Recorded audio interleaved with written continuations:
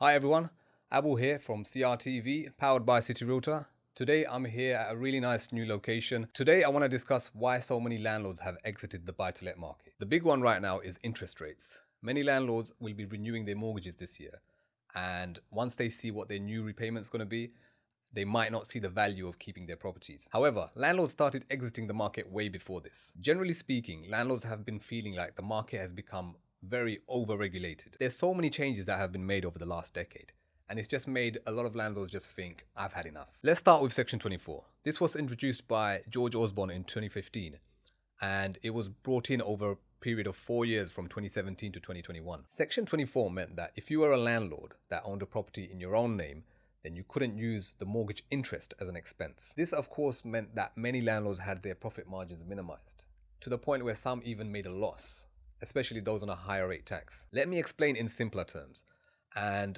I'm going to use some made up numbers, but it's the concept that you need to pay attention to. So pre-2017, if you had a rent of £1,000 that you were earning from a property, and you were paying out a mortgage interest of say £800, your profit margin there, assuming there was no other costs, is £200, right? And from there, let's just assume you were paying 20% tax. You'd pay £40. So you make a profit of £160.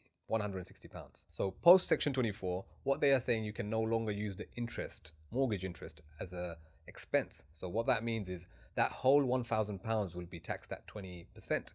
In this case, you'd pay an mortgage interest of £800 and then £200 tax. That means you're left with zero completely. Of course, in practice, there are several other things in play, like you may have many other things to use as expensive, such as maintenance and agency fees. Also, the rate of tax you pay may just depend on what bracket you're in. So let's get back to interest rates. So at the time of this recording, which is the 22nd of June 2023, we have just seen our 13th interest rate hike. So today it was at 4.5% and it moved up to 5%.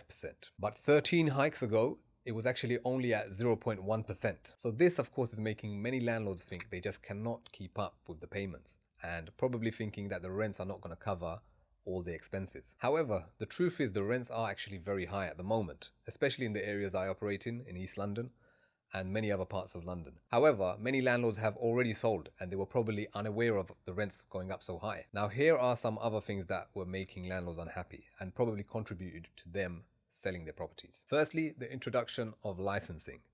This can be anything from £500 to £1,000. Also, bringing the property up to regulation. Also, if it's an HMO, you might have to pay an extra fee per room, which means all extra costs for landlords. Don't get me wrong, I'm not completely against licensing. It's just can get very expensive. Also, when you think of the introduction of Article 4, which many boroughs have brought in, this means that if you have a property for 5 rooms or more, then you have also got to get not just licensing, but planning permission. And it's not guaranteed that you might achieve the planning permission. Next up, the tenant fee ban. Previously, you could charge tenants for things like deposit protection, inventories, and referencing costs. Since the tenant fee ban, agents have had to put these costs on landlords, and any landlords doing rentals themselves would have to pay for these things out of their own pocket. The EICR, which stands for Electrical Installations Conditions Report, which is basically a safety report for the electrical of a property. This has now become compulsory, which just means that another cost for the landlord. Next up is the EPC. From 2026, you will need a C rating EPC for any of your rental properties.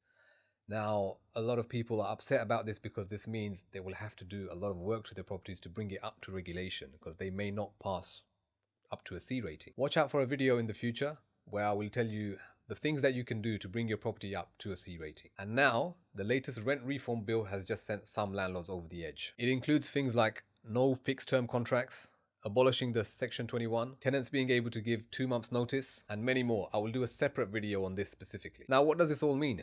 Many of you might be thinking, well, F the landlord, probably making too much money anyway. However, if you're a renter, it might just mean your rent's gonna go up. But if you're a landlord, for things like Section 24, there are ways around it, like buying in a limited company or putting together an LLP structure. I will be doing separate videos on these. But apart from that, there seems to be a narrative here from the government not wanting the average Joe to be a landlord anymore. It seems like they're trying to redistribute property back to the wealthy, where only a select few can afford to comply, and the rest of us are made to feel that we have to sell. What do you think? Let me know if you agree or disagree in the comments. And that brings us to the end of the video. If you liked it, give us a thumbs up, click like and subscribe, and hope to see you in the next one.